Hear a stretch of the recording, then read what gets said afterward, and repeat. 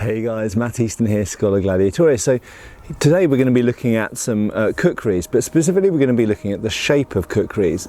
Now I should just mention I'm in my happy place here. I'm sitting in the sun at my garden table, surrounded by kukris, so what's not to love?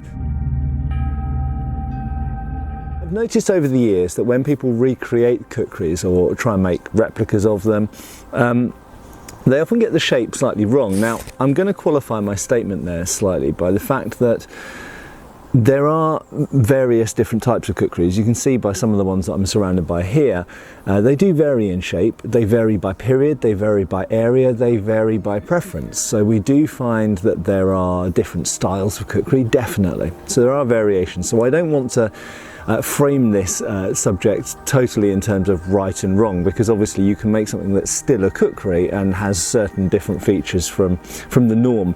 But what we're going to look at here are some of the typical features of very common types of kukri that we encounter, particularly from the 18th and 19th and into the 20th centuries.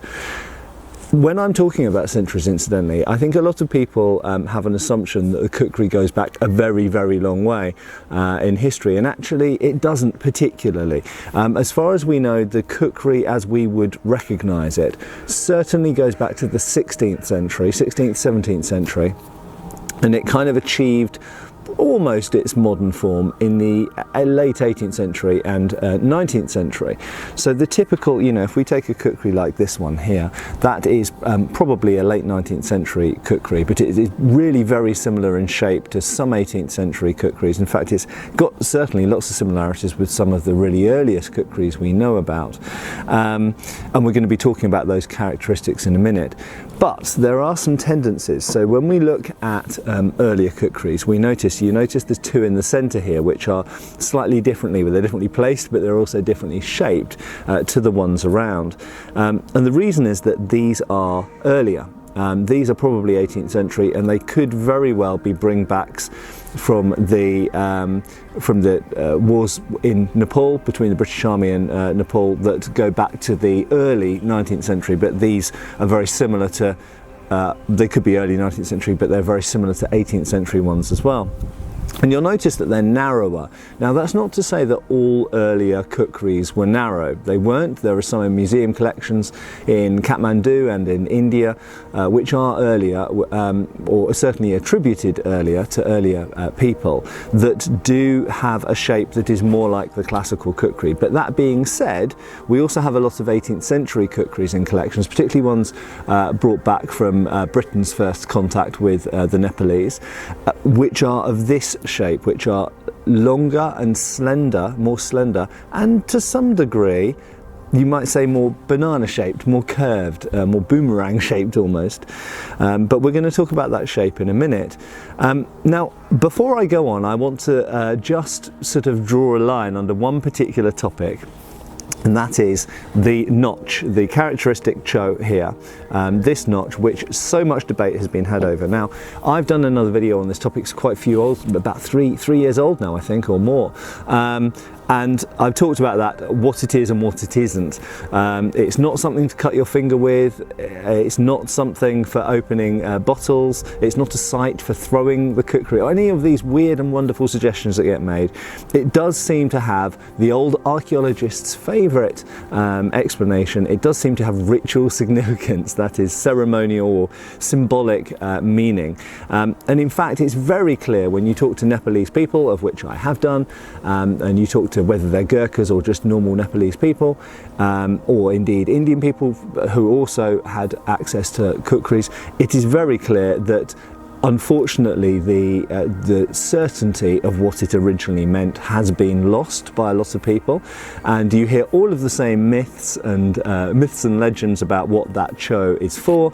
You find exactly the same stories whether you're asking an American person or whether you're asking a Nepalese or an Indian person. So there we go. But it does seem to be related to either or both female genitalia, something to do with fertility or something like that, or potency, and or Shiva and the trident. Okay, so but either of those, whichever one you pick, whichever one you prefer, it's symbolic. It doesn't seem to have any practical purpose, and it's worth noting that that is not found on the other great Nepalese edged weapon, the kora, which was the larger sword, essentially, this being the knife. Not to say that this wasn't sometimes the primary weapon, sometimes it was a primary weapon, sometimes it was a backup weapon. So the kora and the kukri exist together, and they are both forward-edged chopping weapons. But this is particular to the kukri. I also want to just mention one other thing as well before I look at the shape of these, and that is if you look at literature, so this is a fairly old book now, it's from the 1960s by Rawson, The Indian Sword, which covers Nepalese weapons as well. You find just the same range of explanations of the certain design features of kukris and kora in various books. So unfortunately there isn't one literary source you can refer to, that gives you a perfect potted explanation of why kukris are the way they are. And in fact, if you look in some old books, they will say with quite confidence that these are descended from the kopis, the ancient world sword, of which there's no evidence whatsoever. There seems to be no connection, because there's a long time frame where there is no visible connection between one thing and the other. It's just convergent evolution. But what's interesting, something I noticed in Rawson's book, which I just thought mentioning, is that Rawson asserts that the kukri was possibly an Indian knife or weapon that came into Nepal via the Rajputs. Now, I haven't looked into that personally, but it's an interesting theory, not one that I've looked into. I don't know what the evidence for that is.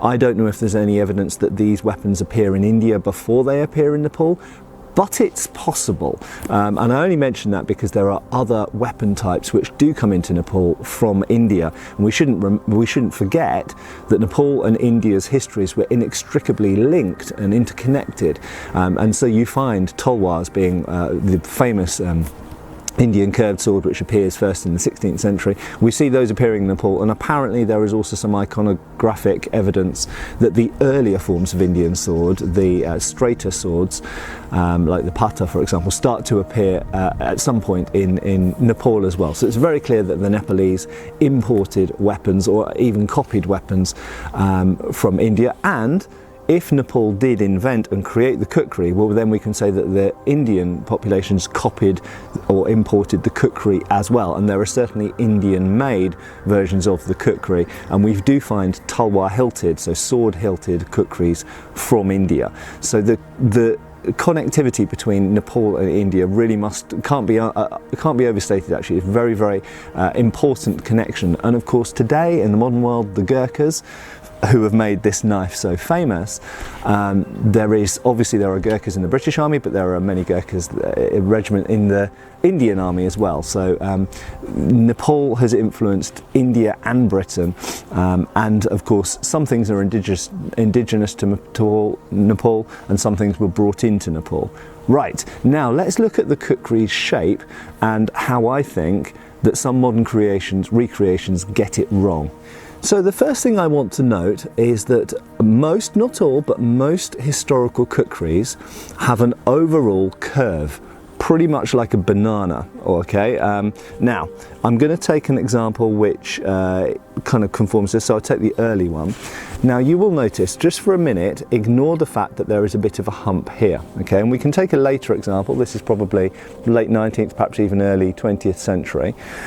So clearly there are differences between these two, but you will see that overall they have, if we go from the pommel or butt cap, they have an overall curve that goes like this, okay? So that is almost, well, it's an arc, or it's a section of a large circle, okay? And a lot of people get, when they're doing modern recreations, modern replicas, get over fixated on this hump here. Now, it is true to say, if I take a different example, maybe this one actually that I was initially holding, that has a more expressive hump here. It has more of an angle here. And a lot of recreations, what they essentially do is they make this into a straight line and they make that into a straight line. Now, not to say there aren't historical kukris like that, but they don't seem to be the norm. Okay, if I grab another kukri here, particularly nice big one that I need to do some light restoration on at some point, you will see that from the pommel to the tip is a curve, and yes, in fact there is a little bit of an angle just here, but overall it is a curve. It is not a straight line and then a straight line. And you will also note, if we look at this curve here, the handle is part of, or the hilt is part of the curve.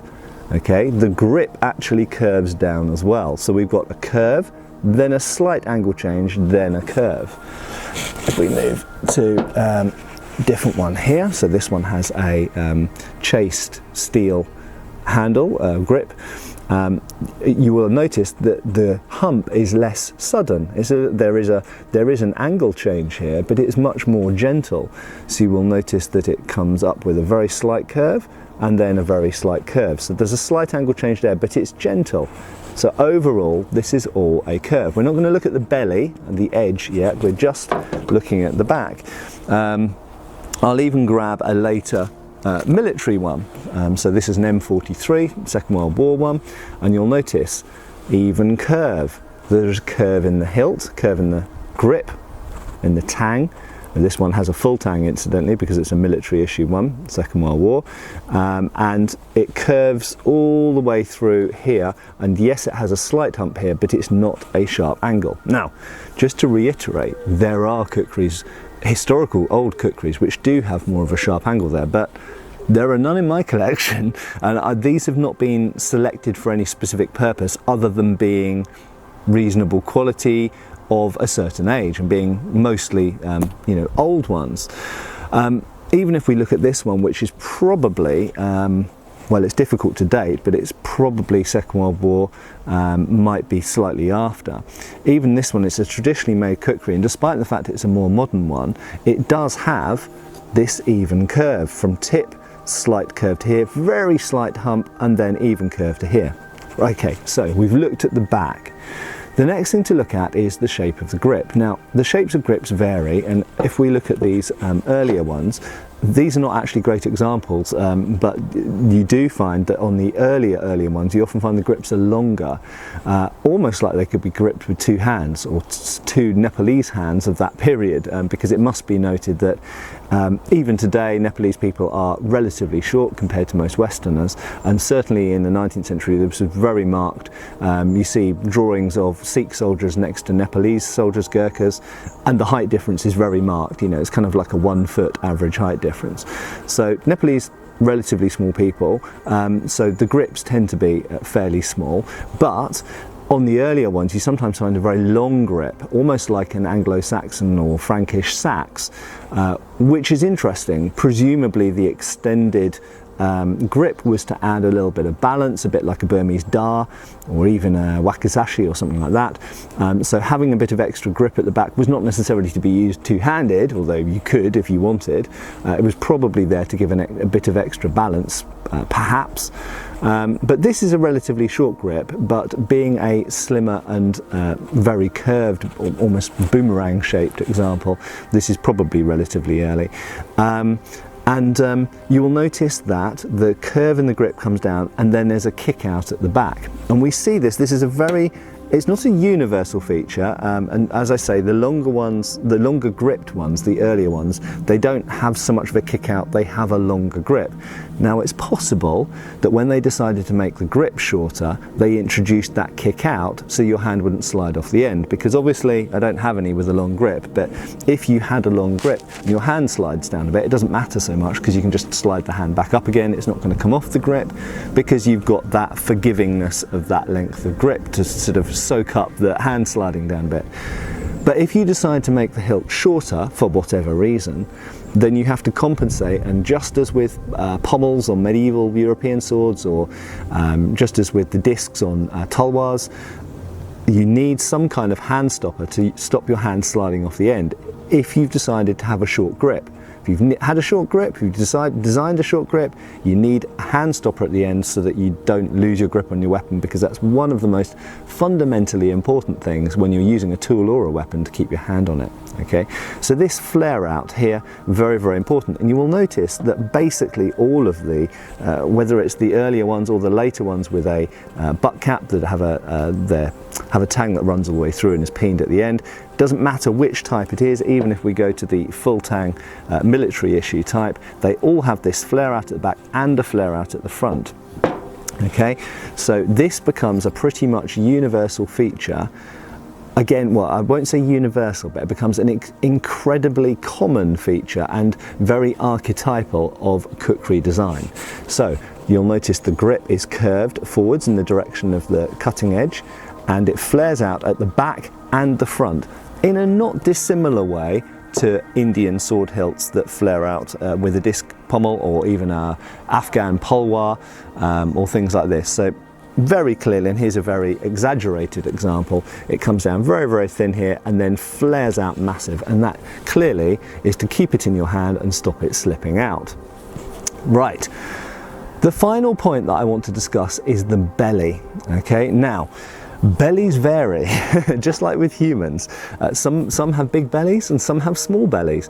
Now, belly size clearly affects lots of things in how the weapon performs.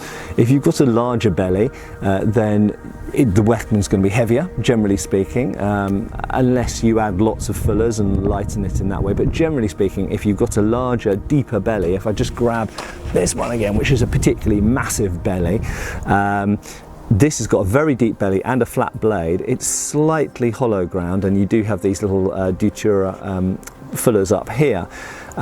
So it is, weight has been reduced slightly from it. It's not just a wedge section, but they do have very thick backs, these Kukris. But this kind of really big belly clearly is on average heavier, but also therefore makes it more forward weighted and makes it a more powerful chopper. If I were to want to chop down a tree, and we have to recognize that these aren't just weapons, these are tools as well, and they're used for killing animals, they're used for killing people, they're used for killing trees. If I was to want to chop down a tree, clearly this would be a more useful Kukri than this one would be. And this one, frankly, you'd really struggle to chop down even a sapling with it. It's really, really light. And this one to me feels more like a fighting weapon, possibly even a hunting sidearm. You could do obviously some lighter jobs with it, but clearly if you want to chop really heavy stuff, this is more useful than this. For fighting with, which is more effective, well, that's down to the individual. Clearly some people prefer a heavier, slightly slower, but a heavier, more heavy hitting weapon, and some people prefer a lighter, quicker, more nimble weapon. That's, you know, that's down to the individual, their fighting style, their preferences, who they're fighting against, what their opponents might be wearing. If their opponents are wearing heavy clothes, like Afghans famously did, or if they're wearing light clothes and using long swords or lighter weapons, quicker weapons, heavier weapons. All of these many bits of context add together to make you decide which one is going to be better for this campaign or mission. So very, very different weapons, but they are both Kukris, and these are both old, both antique examples. This one's probably mid to late 19th century would be my guess. It's completely traditional construction, and I'll talk very briefly about construction at the end of this. But a completely wooden hilt. There's obviously no rivets or bolts going through the tang. There's no peening at the end, so it's completely traditional construction. Iron or steel ferrule there, or bolster. And so is this. So these are similar constructions and both old, probably both 19th century. This is probably early 19th century, this is probably late 19th century. But you can see that they are very different in shape, very different weapons, despite the fact they are both Kukris. But belly. So what a lot of modern reproductions seem to get wrong is the subtlety of the way that these bellies put in. So if you make your thing, this is why I've got this paper here incidentally. So what I'm going to try and do is I'm going to try and draw it here. So if we assume that the back of your Kukri is a curved line, okay, so we've essentially got a curve like that, okay, so there is the back of your Kukri. This is the shape that, to make a typical kukri, you should be making. Okay, now what we're going to do is we're going to introduce that very slight hump that we get in the blade, so it comes up in a gentle curve, then we have a little bit of a hump there, and then it comes down here. Okay, so we've introduced a bit of a hump there. Hope you can see that clearly on the camera. Then we're going to introduce the flare that we know that we have to have at the bottom of the grip, and we're going to introduce a grip. I'm not going to talk about grip shape just at this minute, okay, and we'll introduce a bolster. Okay, so what we've done now is we've very quickly and easily, adding together these elements, we've done a curve, a hump, a curve that goes all the way down through the grip, and then a flare at the bottom of the grip, and we've added on the grip and put a bolster on. Okay, now what we're going to do is, if we look at the inner, we'll start at the tip. Okay, so at the tip here you could do a big belly that comes down like this and then kicks up to meet the hilt, or you could do a narrow belly that comes down, but there is always a drop here. Okay, so whether you have a big belly or a small belly, you always have, I'll just show on the real one here, you always have this drop here. It never just goes straight like an acute point like some types of thrusting knife or sword would have. Okay, there is always a drop here. So we've introduced that drop, and then I'm going to put a relatively big belly on my kukri here that will come around in a curve. Okay, now you'll notice this is a curved line. Okay, so we've introduced, that's one element of the edge. I hope you can see that clearly there. Okay, now you've done that. Now what it has to do is flip around and come inwards to meet the hilt, and there we go, we have a kukri. Now what we can do is we can add the cutout for the cho in here, which is essentially a semicircle with a point in the middle. That's easily done afterwards as an afterthought cutout. So as you can see here, this, you've got one curve outwards and then one curve inwards. Now you can change that. You could make it more subtle, so it drops down here like this. You could bring it in further and then curve around, or you could make it more exaggerated and bring it massively out around there and then in, out and around. Okay, so what we've done now is you can see that I've, just by changing the line of that belly down here, I have quite drastically changed what type of kukri I'm making, but everything else about the kukri was the same. That back line was the same, the flare of the grip was the same. All I'm changing is really that curve and that drop of the belly, and how much I drop that belly down, and then once I've dropped that belly down to wherever I want it, then I just do the final curve in to meet the hilt or grip or ferrule. Finally, let's just talk about very briefly on grip shape and grip construction. Well, quite simply, traditionally, most old kukris have a rib around the middle, and I've spoken about this in previous videos. That's to stop your hand, it locks it in, for me anyway, for a standard size modern Western hand, it goes between the top two fingers and the bottom two fingers there, and it stops the hand sliding up and sliding down. It locks it in. Some people find that uncomfortable because it digs into the hand. But if your hands are used to handling tools and work, then you'll get used to it, trust me, okay? And some of those ribs are higher or lower, so a lot of traditional kukris actually, it's fairly low down there, so you might find that it actually more comfortably sits somewhere else in the hand. And some of these, you see this one's quite low lying, but nevertheless it is there, and it helps lock the hand in. Some with slightly longer hilts like this might have a more flared one to lock the hand in more. So it can be bigger, it can be smaller, it can be higher, it can be lower. It tends to be either around the middle. So if we're drawing our kukri again, most of them would tend to be around there, around the middle, okay, the grip down there. But if they're not around the middle, they tend to be lower down towards the pommel. They tend not to be higher than the middle, and you'll see even on this later military example, that's basically true. It is below, in other words, nearer to the pommel than 50% down the grip.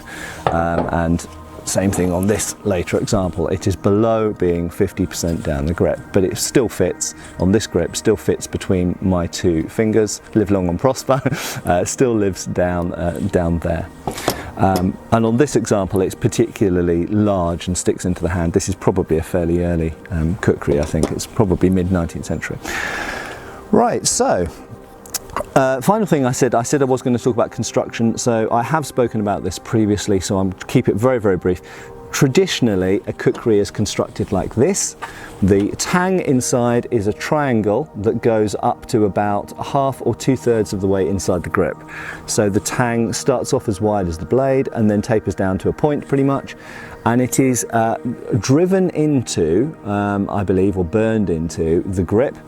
And I believe that they are sometimes glued in there, or perhaps often glued in there, in the same way that talwar hilts, or a lot of Indian sword hilts, are glued onto the tangs as well, using a type of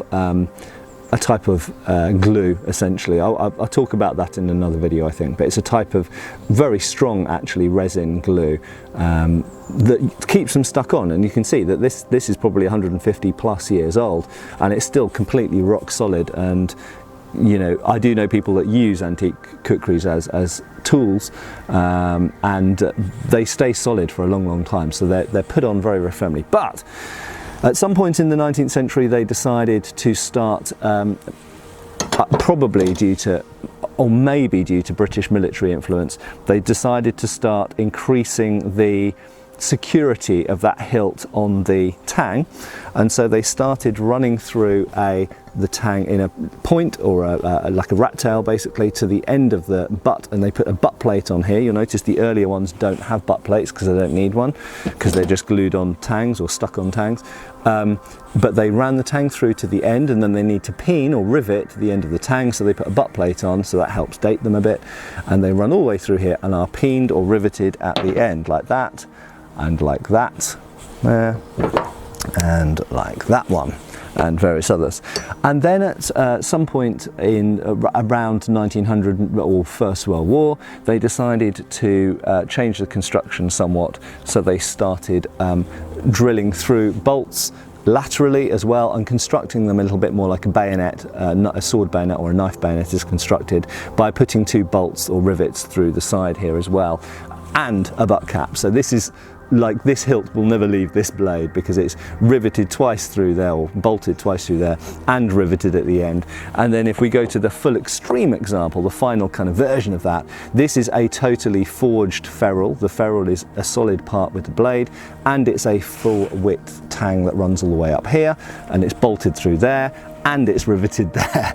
So on this, really, the hilt is almost one solid, well, it is one solid piece with the blade, and the grip scales are literally just riveted on to make a more comfortable grip. And you'll notice this doesn't have a midrib. This is really the full evolution of the traditional kukri turned into a modern military weapon with a grip that's very similar to bayonets, knife bayonets of the time. Anyway, I hope that's been somewhat interesting and useful for you. Kukris are wonderful, wonderful things, and really, I think, surprisingly affordable still. I will soon be looking at some kukris that are coming to me via somewhere else, I'll talk about in the video, but from the Nepalese arsenal, and they date to pre-1898. We know that because that's when they were deposited in the Nepalese arsenal. So I'll be looking at some more kukris very, very soon. But please share your thoughts and experiences and ideas, and any other knowledge you have that might be pertinent to this video underneath here. Have a look. I'll link my previous video where I talk about the Cho specifically, and the series of videos that went before that. Please subscribe to the channel if you haven't done already for more videos like this, and give us a like, and I'll see you really soon again on Schola Gladiatoria channel for another video about antique weapons, maybe kukris, might be guns, might be swords, or something completely different. See you soon, folks, and cheers for watching.